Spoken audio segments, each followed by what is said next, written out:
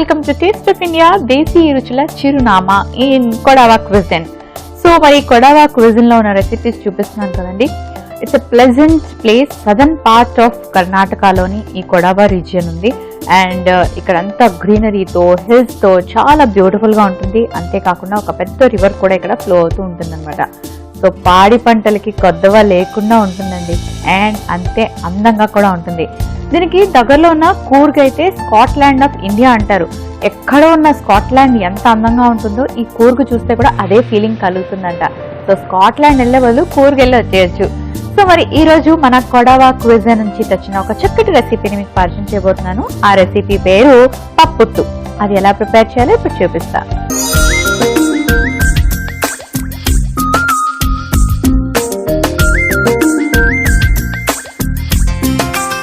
పప్పుట్టు అంటే ఇది ఒక చక్కటి స్వీట్ రెసిపీ. సో దీనికి ఏం చేయాలంటే ఫస్ట్ మనం బొంబాయి రవ్వని బాగా ఫ్రై చేసుకోవాలి. సో బొంబాయి రవ్వ వేసుకుందాం.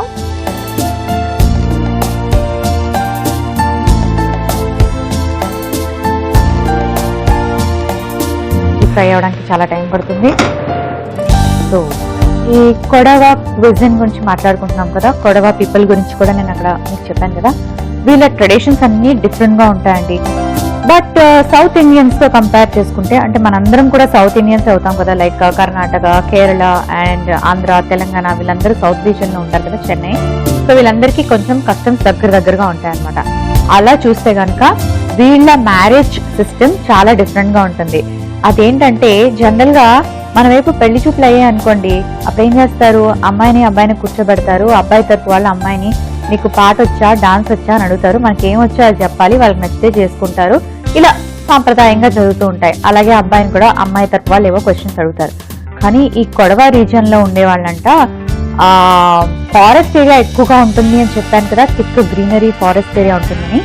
ఒకప్పుడు పెళ్లిళ్ళు ఎలా జరిగేవంటే, అమ్మాయి తరపు వాళ్ళు అబ్బాయిని అడిగేవారట, ఒక పులినో సింహానో ఏదైనా పెద్ద అడవి జంతువుని చంపి తీసుకొచ్చి చూపిస్తే అప్పుడు ఆ అబ్బాయి ధైర్యం సాహసం చేయగలిగిన వాడని వాళ్ళ అమ్మాయికి ఇచ్చి పెళ్లి చేసేవారట.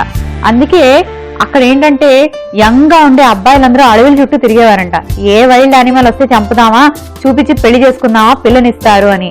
బాబోయ్, అలాంటి రూల్స్ ఇక్కడ ఉంటే ఎంత కష్టం కదండి, ఇంకా పెళ్లి అయినట్టే. సో ఒకప్పుడు వాళ్ళ సిస్టమ్ అలా ఉండేదంట.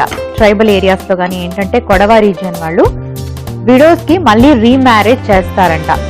సో ఇదొక సిస్టమ్ ని వాళ్ళు ఎప్పటి నుంచో ఫాలో అవుతున్నారంట. ఇలా ఉన్నాయండి వాళ్ళ మ్యారేజ్ కస్టమ్స్. అలాగే ఒకే అన్నదమ్ముడు పిల్లలు ఇద్దరు కానీ, అక్కచెల్లెలు పిల్లలు కానీ చేసుకోకూడదంట. ఈ సిస్టమ్ మన సౌత్ లో కూడా చాలా మంది ఫాలో అవుతాం కదా, అన్నదమ్ముల పిల్లలు అన్నదమ్ములే అవుతారు అని. సో వాళ్ళు కూడా ఈ సిస్టమ్ ని ఫాలో అవుతారంట. ఓకే, సో చూసారు కదా, రవ్వ లైట్ బ్రౌన్ కలర్ వస్తుంది. కరెక్ట్ గా సూర్యుడు తులారాశిలోకి వచ్చినప్పుడు ఈ కావేరీ నదిలో నీళ్ళకి పూజ చేసి ఆ నీటిలో స్నానం చేస్తే ఆ అమ్మాయికి మంచి జరుగుతుంది అని నమ్ముతారంట. అంతేకాకుండా పెద్ద వయసు వాళ్ళు ఉంటారు కదా, వాళ్ళకి ఈ నీరు నోట్లో పోస్తారంట. ఎందుకంటే ఒకవేళ వాళ్ళు తొందరలో చనిపోయే టైం వచ్చినట్టుగా అయితే వాళ్ళకి మోక్షం కుదురుతుందంట. సో దాన్ని కూడా తప్పకుండా పాటిస్తారంట. అండ్ వీళ్ళ న్యూ ఇయర్, కేరళ వాళ్ళ న్యూ ఇయర్ ఒకటేనంటండి, విషు అంటారు అనమాట వీళ్ళ న్యూ ఇయర్. అండ్ అక్టోబర్ లో వీళ్ళకి ఎక్కువగా ఫెస్టివల్ స్టార్ట్ అవుతాయి అనమాట.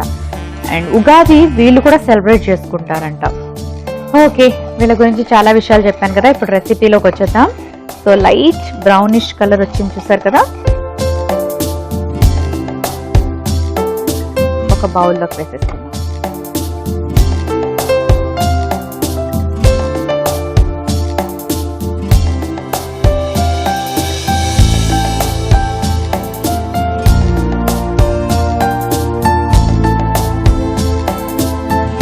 ఇప్పుడు ఏం చేయాలంటే కొంచెం నెయ్యి వేసుకొని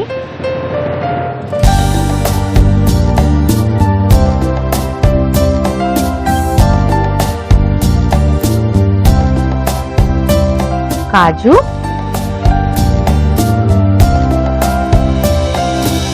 బాదాం,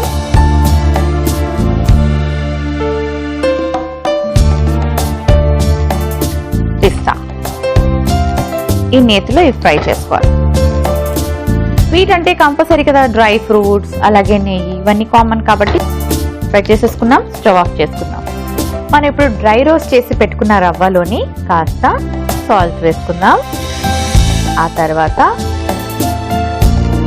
ఇలాచీ వేసుకుందాం.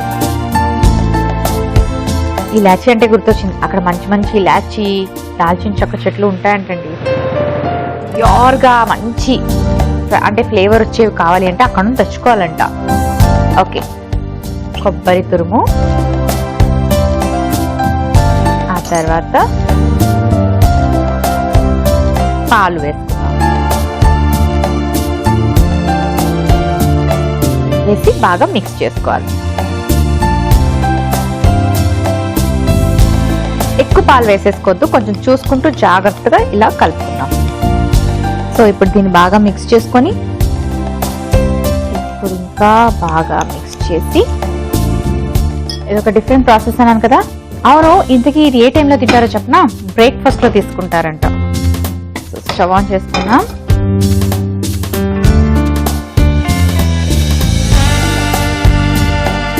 ఒక బౌల్లోకి వేసుకున్నాం.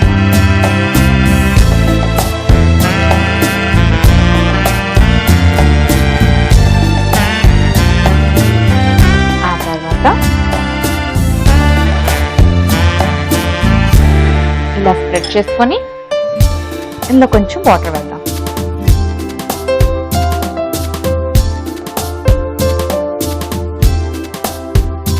వాటర్ వేసుకున్నాక మనం ప్రిపేర్ చేసి పెట్టుకున్న ఈ రవ్వ మిశ్రమాన్ని ఇలా పెట్టి మూత పెట్టుకుందాం.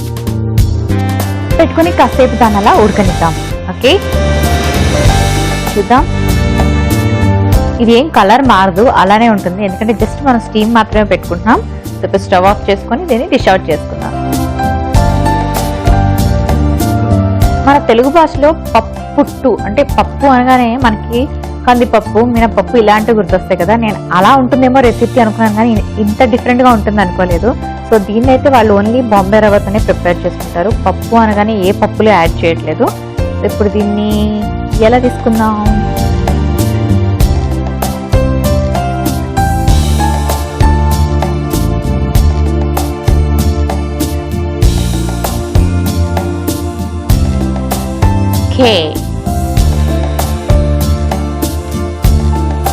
ఆ తర్వాత మనం ముందుగా ఫ్రై చేసి పెట్టుకున్న ఈ డ్రై ఫ్రూట్స్ ని వేసుకుందాం.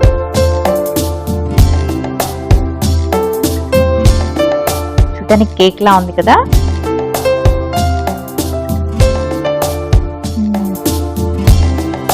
చూసారు కదా, పప్పుట్టు రెడీ అయిపోయింది.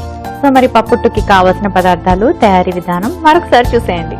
పప్పుట్టుకి కావలసిన పదార్థాలు: ఉప్మా రవ్వ 1 కప్పు, పాలు 1 కప్పు, యాలకులు 5, ఉప్పు తగినంత, కొబ్బరి తురుము 1/2 కప్పు, నెయ్యి 4 టీ స్పూన్లు, కాజు 6, బాదాం 8, పిస్తా కొద్దిగా, పంచదార 2 టీ స్పూన్లు. పప్పుట్టు తయారు చేసుకునే విధానం: ముందుగా పాన్ లో ఉప్మా రవ్వ వేసి డ్రై రోస్ట్ చేసుకోవాలి. పాన్ లో నెయ్యి వేసుకుని కాజు, బాదాం, పిస్తా వేసి బాగా వేయించుకోవాలి. ఒక బౌల్లో వేయించుకున్న ఉప్మా రవ్వ, ఉప్పు, యాలకులు, కొబ్బరి తురుము, పాలు వేసి బాగా కలుపుకొని పంచదార కూడా వేసుకొని బాగా కలుపుకున్నాక వాటిని ఒక బౌల్లో సమానంగా పరుచుకోవాలి. ఆ తర్వాత పాన్ పెట్టి పాన్ లో కాస్త నీళ్లు వేసుకోవాలి. వాటి మధ్యలోని మనం రెడీ చేసి పెట్టుకున్న ఈ బౌల్ ని అమర్చి మూత పెట్టి స్టీమ్ పట్టుకోవాలి. తర్వాత స్టవ్ ఆఫ్ చేసి సర్వింగ్ ప్లేట్ లోకి తీసి పైనుంచి డ్రై ఫ్రూట్స్ అమర్చుకొని సర్వ్ చేసుకుంటే పప్పుట్టు రెడీ.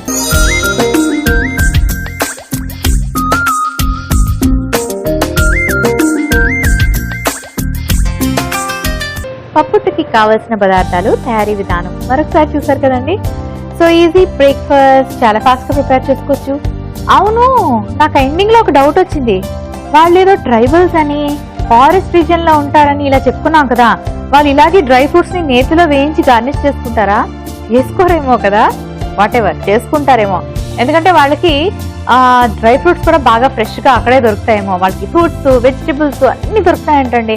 అండ్ చెప్పాను కదా, మసాలా స్పైసెస్ కూడా చాలా బాగా దొరుకుతాయట. మంచి మంచి ఫ్లేవర్స్ తోని కాఫీ ఎస్టేట్స్, టీ ఎస్టేట్స్ ఉంటాయంట. మైట్ బి బాదాం, జీడిపప్పు ఇవి కూడా దొరుకుతాయేమో, అందుకే రెసిపీలో ఉంది. సో ఫస్ట్ అయితే దాని టేస్ట్ ఎలా ఉందో చెప్తాను.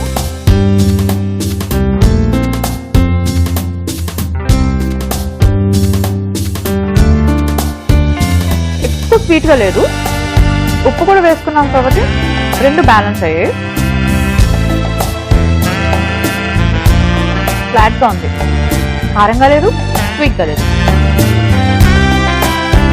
ఇది ఎవరికి బాగుంటుందో చెప్పనా, ఫాస్టింగ్ చేస్తారు చూడండి, ఆ టైంలో అది తినాలా ఇది తినాలా, తినకూడదు, వెల్లుల్లిపాయ తినకూడదు, ఉల్లిపాయ తినకూడదు, ఇలా చాలా రెస్ట్రిక్షన్స్ ఉంటాయి కదా, అలాంటి వాళ్ళు దీన్ని ట్రై చేయొచ్చు.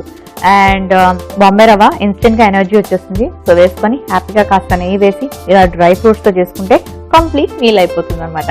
సో ఈ కొత్త టేస్ట్ ని తప్పకుండా ఎంజాయ్ చేయండి. మరి పప్పుటుని ట్రై చేసుకుంటారా? ఈ ఎపిసోడ్ ని మళ్ళీ చూడాలనుకుంటే log on to www.facebook.com/etvabhiruchi, www.youtube.com/etvabhiruchi మళ్ళీ చూడండి. చూసారు కదండి, కొడవ క్విజన్ నుంచి తెచ్చిన చిక్కటి రెసిపీ పప్పుట్టు చాలా ఈజీగా ఫాస్ట్ గా ప్రిపేర్ చేసుకోవచ్చు అండ్ టేస్టీగా కూడా ఉంది. సో తప్పకుండా ట్రై చేయండి. రేపు మళ్ళీ మంచి రెసిపీతో మోనికా మీ ముందుకు వచ్చేస్తుంది. అంతవరకు టేక్ కేర్, బాయ్.